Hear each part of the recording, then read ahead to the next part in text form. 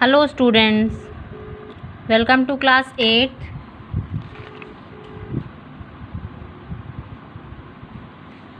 and today we are discussing about the question answers.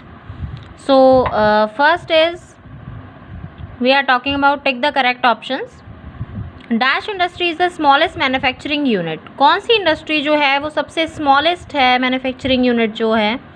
तो smallest या biggest के बारे में बात करें तो बेसिस ऑफ द साइज़ होगा एंड साइज़ के बेसिस पर तो हमारी 3 सेक्टर्स हैं और इनमें सबसे जो स्मॉलेस्ट है वो कौन सी है, cottage industry, then small scale, then large scale. Next हम बात करते हैं dash industries are plants and animal based product industries. ये इंडस्ट्रीज़ जो हैं वो प्लांट्स और एनिमल्स बेस्ड प्रोडक्ट इंडस्ट्रीज़ हैं. तो फर्स्ट जो इसमें आएगा प्लांट्स और एनिमल पर जो बेस्ड होती हैं वो होती हैं agro based industry. The dash industries our industry depends on the number of factors. कौन सी इंडस्ट्री जो है, डैश ऑफ एन इंडस्ट्री, किसी भी इंडस्ट्री की लोकेशन, किसी भी इंडस्ट्री की जो लोकेशन है वो कई फैक्टर्स पर डिपेंड करती है. उसका इन्वेस्टमेंट कई फैक्टर पर डिपेंड नहीं करता, प्रोडक्ट कई फैक्टर पर डिपेंड नहीं करते, मार्केट्स फैक्टर्स पर डिपेंड नहीं करते, सिर्फ लोकेशन कई फैक्टर्स पर डिपेंड करती है. Next, dash is the most favoured fibre. कौन सा है मोस्ट फेवर्ड फाइबर, कौन सा है सबसे ज़्यादा तो फेवर्ड फाइबर है वो है cotton. Iron and steel industry is called a basic industry. Iron and steel industry जो है वो बेसिक इंडस्ट्री कहलाती है as it provides dash to many other industries. जैसे कि प्रोवाइड किया गया है मैनी अदर इंडस्ट्रीज़ भी बेसिस उसे कहेंगे, क्योंकि जो आयरन एंड स्टील इंडस्ट्री है वो अदर इंडस्ट्रीज़ को भी क्या प्रोवाइड करती है, बेसिस प्रोवाइड करती है.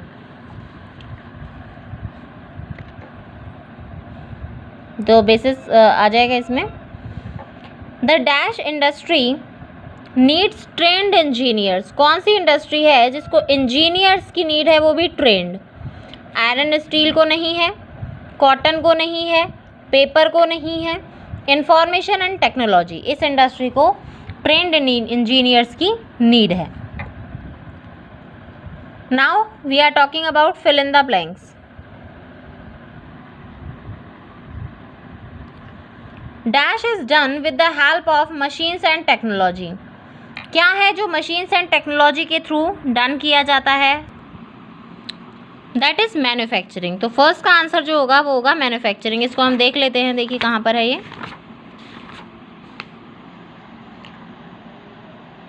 Manufacturing is done with the help of machines and technology, ये यहाँ पे है इसका answer. Next, dash are classified on the basis of their size. किन को क्लासिफाइड किया गया है, उनके साइज, रॉ मटेरियल और एंड प्रोडक्ट्स के बेस पर, एंड ओनरशिप के बेस पर इंडस्ट्रीज़ को ही क्लासिफाई किया गया है, उनके एंड प्रोडक्ट्स, उनके साइज एंड उनके रॉ मटेरियल्स के बेस पर. Next is dash invest huge capital, employs thousand of labourers and use power driven heavy machinery. तो ये कौन सी इंडस्ट्रीज़ होंगी, लार्ज स्केल इंडस्ट्रीज़ होंगी. Forest based industries utilise dash forest produce as raw material. Forest based industries जो हैं उनको utilise किया गया था फॉरेस्ट प्रोड्यूस के लिए. किसके लिए यूटिलाइज़ किया गया था, फॉरेस्ट प्रोड्यूस के लिए. ये देख लेते हैं हम, ये हमारे पास यहाँ पर है forest based industries utilise forest produce, ये लिखा हुआ. Next question is end products are the. End products को हम क्या कहते हैं, आउटपुट. कल बताया था, आपको समझाया था कल ये इनपुट आउटपुट प्रोसेस में. ये देखिए, outputs are the end product and the income earn from it. तो आउटपुट क्या है, एंड प्रोडक्ट्स हैं. Next is Dash on the earth in the 13th century had described the fine quality of Indian textile. Indian textile की fine quality किसने बताई थी? Marco Polo ने। ये भी देख सकते हैं हम, देखिए यहाँ पर ही पढ़ा था हमने कल, ये रहा। Marco Polo in the 13th century had described the fine quality of Indian textiles. Next,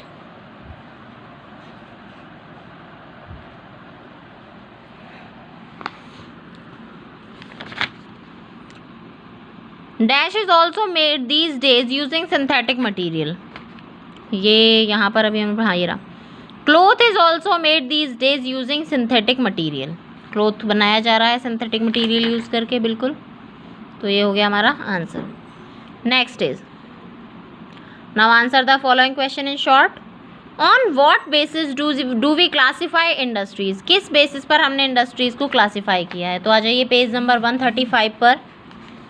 page number 135 पर आप देखेंगे तो क्लासिफिकेशन ऑफ इंडस्ट्रीज़ जो आपको गिवन है, on the basis industries are classified on the basis of their size, raw materials used and products and ownership.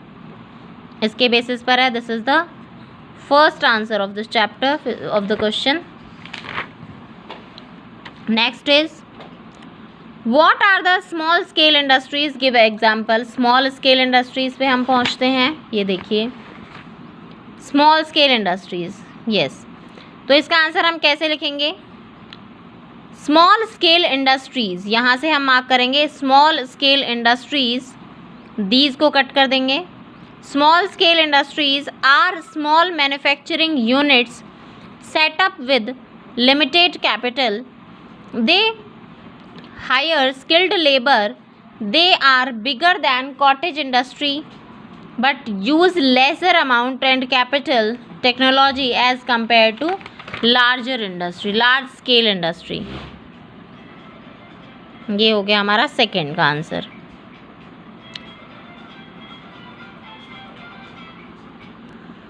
तो ये हम मार्क कर देंगे यहाँ तक, लार्ज स्केल इंडस्ट्री तक। अगर और पॉइंट्स भी आप लिखना चाहें, थोड़ा लॉन्ग आंसर हो, तो ये भी आप कर सकते हैं। Next question is, what are the forest based industries? तो फॉरेस्ट बेस्ड इंडस्ट्रीज पे आ जाते हैं हम। कंप्लीट लिखना पड़ेगा आपको। Forest based industries utilise forest produce as raw material, industries associated with forest pulp, and complete आएगा। Third one. Next is, what are cooperative sector companies? Give examples. Cooperative sector companies पे आ जाओ।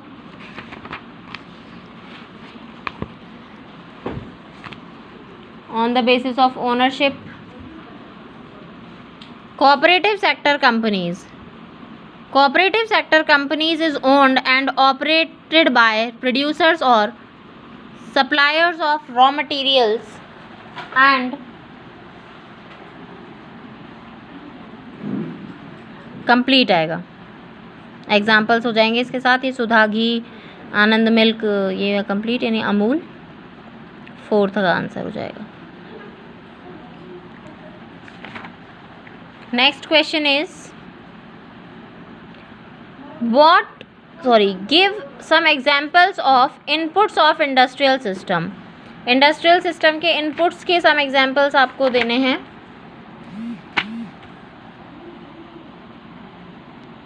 The inputs are the raw material, labor, cost. ये आ जाएगा हमारा input। complete लिखा हुआ है यहाँ पे आपके। ये आपका हो गया आंसर 5th। नेक्स्ट इज,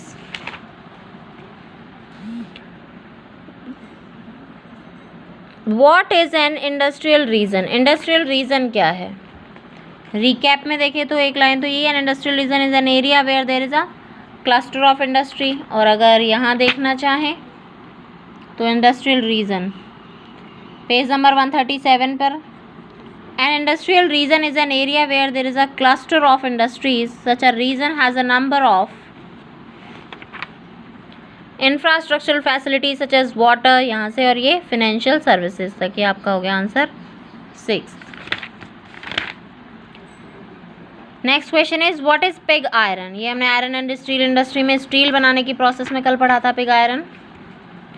सो आ जाइए पेज नंबर 139 पर। 139 पर ये देखिए यहाँ पर iron ore is mixed with the coal and smelted together in a blast furnace. The molten iron is run into molds and is called pig iron. ये आ जाएगा 7th का आंसर है ये।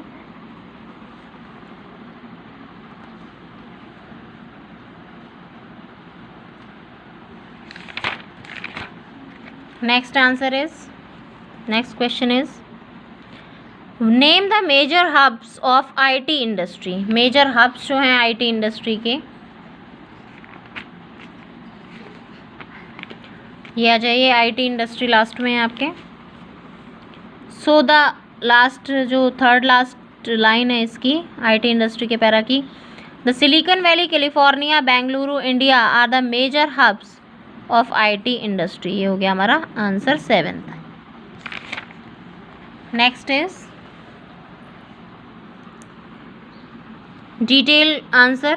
Name the industries classified on the basis of size. Also define them and give examples of each. आ जाइए basis of their size हमें करना है। तो first of all you have to write down that on the basis of size the industries are, यहाँ से लिखेगा था industries are classified on the basis of, इस तरीके से लिखेंगे। पहले लिखना है आपको on the basis of size. First तो ये लिखेंगे यहाँ से यहाँ तक,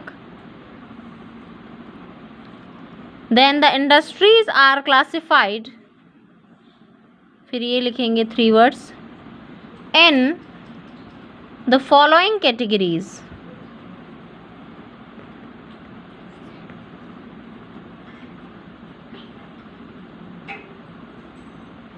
इन दी फॉलोइंग कैटेगरीज, देन आपको फर्स्ट सेकेंड थर्ड इस तरीके से ये लिख करके 1 2 3 cottage industry, small scale industry, large scale industry, आपको ये 3 नेम लिखने हैं। देन स्टार्ट करना है फिर कॉटेज इंडस्ट्री से। कॉटेज इंडस्ट्री से जब आप स्टार्ट करेंगे फिर आपको लिखना है कॉटेज इंडस्ट्री के बारे में यानी 5 पॉइंट्स। आप कोई से भी 5 पॉइंट्स लिख सकते हैं, बहुत सारे पॉइंट्स ऐसे भी इसमें दिए हुए हैं आपको।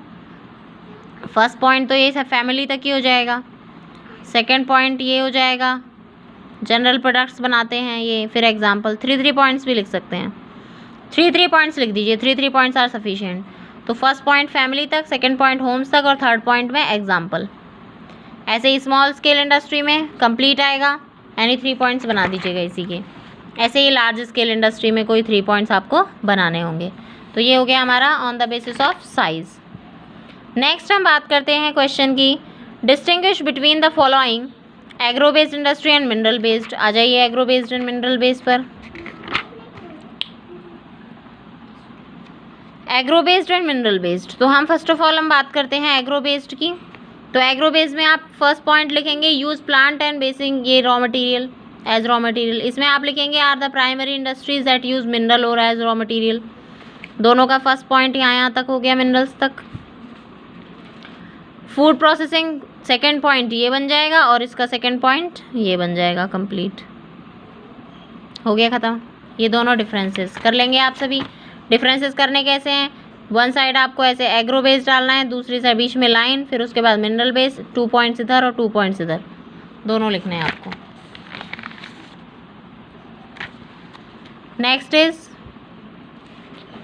Next question is public sector and joint sector. आ जाइए public sector and joint sector पे।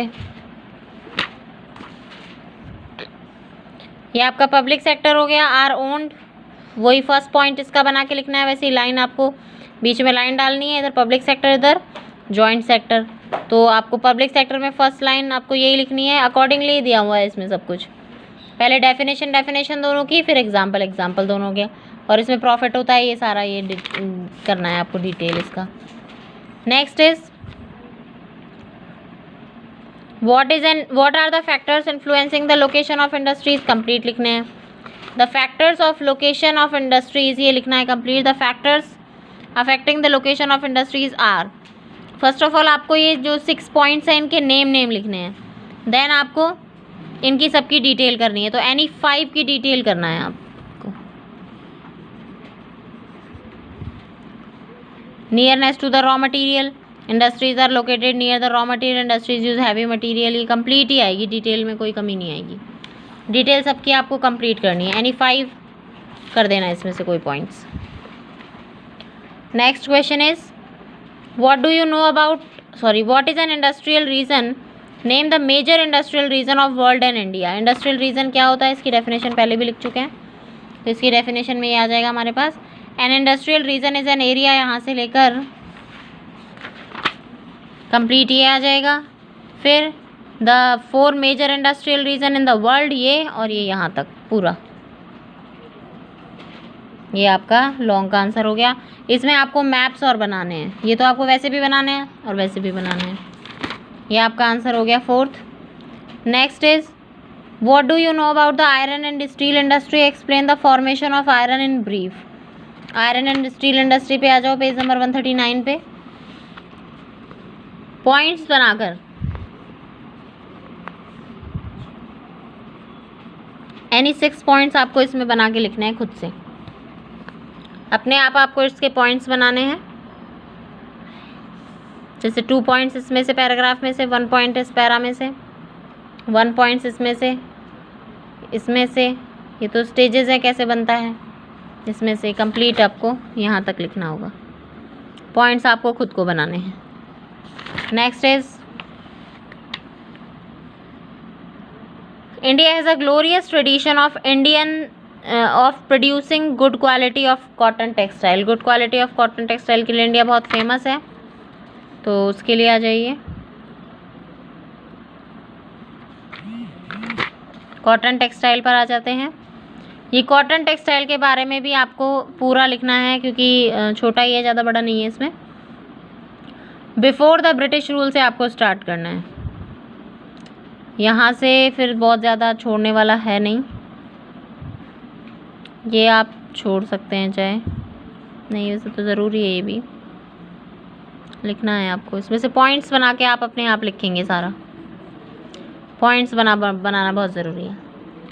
तो इस तरीके से आपको ये कंप्लीट करना है। देन इंडिया के आयरन एंड स्टील प्लांट, ये आपको जो चार्ट दिया हुआ है, जो टेबुलर फॉर्म में आपको कंप्लीट किया हुआ है, ये आपको कॉपी में बनाना होगा एंड लर्न भी करना है। जैसे टिस्को कंपनी है, कहाँ है, जमशेदपुर में है, प्राइवेट सेक्टर है। कोल है, पावर, कोल कहाँ से आता है, रॉ मटेरियल कहाँ से आता है, झारिया से। आयरन और कहाँ से, मयूरभंज सिंहभम से। और ये केंझर से लाइमस्टोन आता है, सिंहभम से मैंगनीज आता है। तो ये कंप्लीट आपको लर्न करना है एंड लिखना भी है, तो ये आपको ड्रॉ करना है इसमें। ओके, ये हो गया अपना चैप्टर कंप्लीट। नेक्स्ट जो चैप्टर आएगा हमारा आएगा comparative study of industries. Okay, so thank you, have a nice day.